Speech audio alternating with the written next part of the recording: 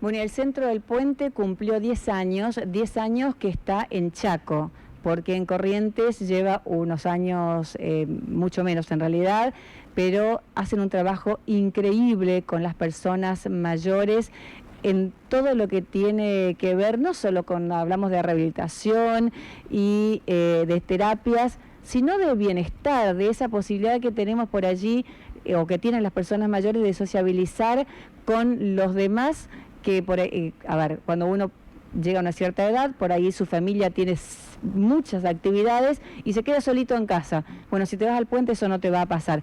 Laura Estrugo, ¿cómo estamos? Buenas tardes. ¿Qué tal, Laura? Buenas tardes. Un placer tenerte con nosotros. Feliz cumpleaños. Gracias, gracias. Uno de los saludos que recibí ese día decía feliz cumpleaños, porque cuando un hijo cumple años, sí, a la madre también se la saluda.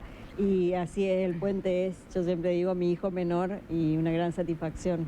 Eso sobre todo, Lau, una gran satisfacción, ¿no? Porque desde que te conozco, creo que fue desde que inauguraste el puente. ¿Cuántos años tiene el puente en Corrientes? Año y medio, ¿no? Me conocés de antes. Tenés razón, te conozco de antes.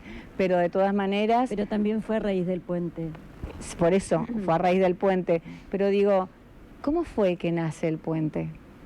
Y bueno, el puente nace en Resistencia, perdón, justo, a raíz de la percepción de lo que eran las distintas vejeces. Me tocó en el plano de lo familiar, el primer contacto, y bueno, advertir que la vejez o las vejeces tienen necesidades no descubiertas y mucho menos resueltas.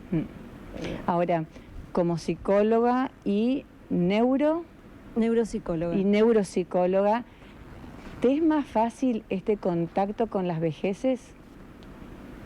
Bueno, la especialidad me sirve para poder estudiar a fondo caso por caso y poder tener muchas más herramientas para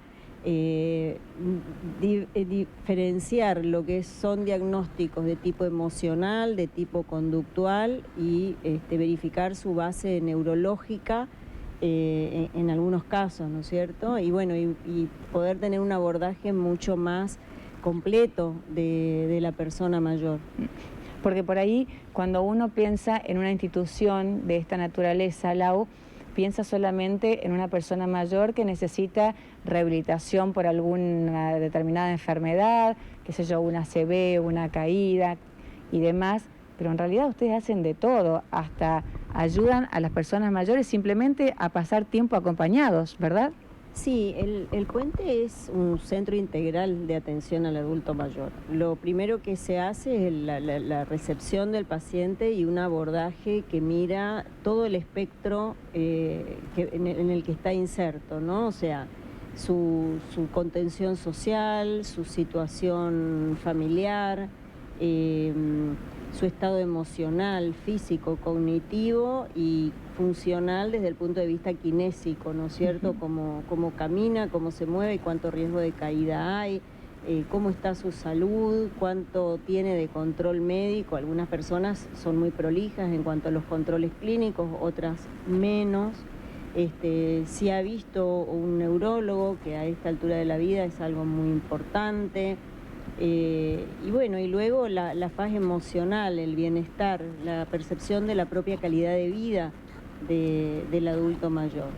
Y siempre lo hacemos en compañía de un familiar, porque bueno, no todos, porque las vejeces son muy heterogéneas, pero en muchas vidas son muy necesarios los acompañantes también en la consulta para poder informar con mayor precisión, ¿no es cierto?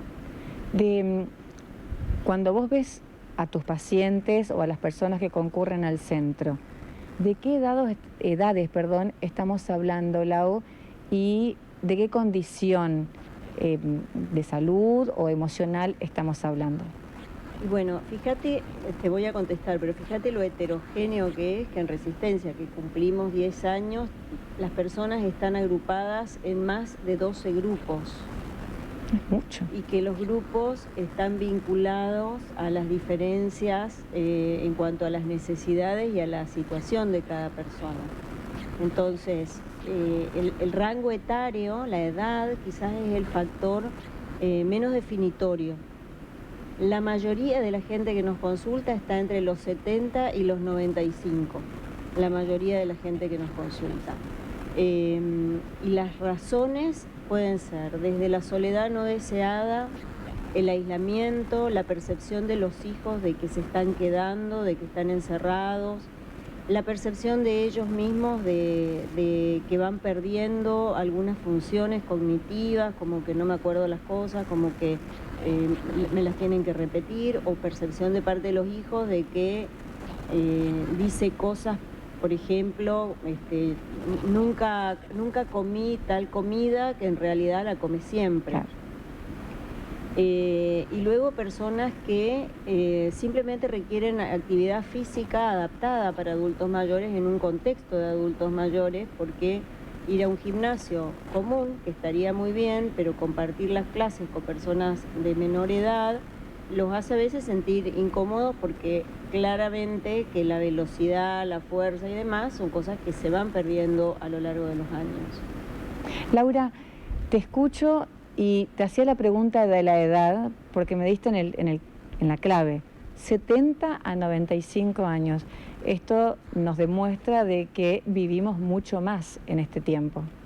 Sí, que vivimos mucho más y además que la vejez es la etapa más larga de la vida. ¿Cómo es eso? Y la vejez es la etapa más larga de la vida. La infancia, tenés primera infancia, segunda infancia, la adolescencia, la adultez. Y la vejez... no tiene tiempo en realidad. La vejez empieza supuestamente a los 60 y puede terminar a los 100. Tenés 40 años. La juventud empezaría desde los 25 hasta los 60. Si no me dan mal los cálculos, la vejez es la etapa más larga de la vida. Pero hoy debería empezar a los 70, Lau, porque una persona de 60 sigue totalmente activa, y vos la ves y no ves que no, es más, ni pensás que tiene 60 años, a muchos. Bueno, lo que pasa es que la vejez está contemplada hoy desde la Organización Mundial de la Salud en función de lo que son declives en el plano del envejecimiento celular fundamentalmente, pero ahí está la heterogeneidad del envejecimiento, ¿no? Porque una cosa es lo que pasa con las células del cuerpo, que además es diferente en una persona de 60 que fuma toda la vida, que es sedentaria, que no se alimenta bien, a el estado de las células del cuerpo de una persona que tiene hábitos completamente diferentes o que no tiene enfermedades sobreagregadas. Entonces, la vejez, en términos, digamos, clasificatorios, demográficos, empieza a los 60 y es una etapa muy, muy larga y además que la define... una de las cosas que la define es la etapa jubilatoria. Sí. Y esa etapa también es una etapa muy, muy larga. Entonces, yo por ahí lo que planteo es que paradójicamente es la etapa más larga y es la que menos oportunidades tiene. Cuando debería ser al revés, porque en realidad la persona ya dejó de trabajar y tiene ganas de hacer otras cosas. Y de hecho... me pasa que charlo con muchas de ellas y, por ejemplo, les cuesta insertarse en grupos, en actividades. Digo, ¿cuánto nos falta, no? Sí, sí, hay que hacer camino, o sea, el camino no está hecho, es como en las rutas, digamos, ¿no? Acá hace falta hacer caminos, conociendo a la población adulta mayor para hacer caminos hacia donde ellos quieren ir.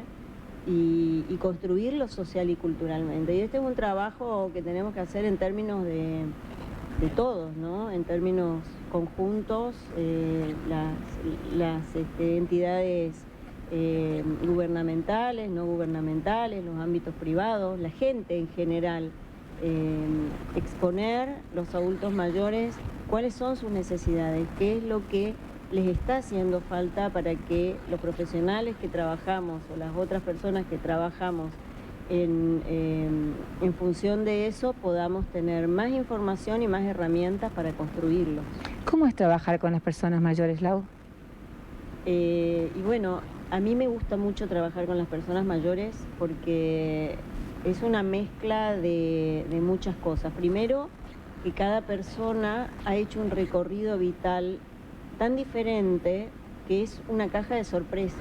O sea, cada persona con la que uno se pone a hablar está atravesando además un momento que no tiene nada que ver quizás con otro que está en la misma franja etaria, ¿no? Te marco la diferencia. Vos decís, se juntan a hablar mamás de los chicos de primer grado y más o menos todos, o al consultorio, cuando consultan, sí, más o menos todos, más allá de las diferencias, ¿no es cierto?, están atravesando problemáticas similares.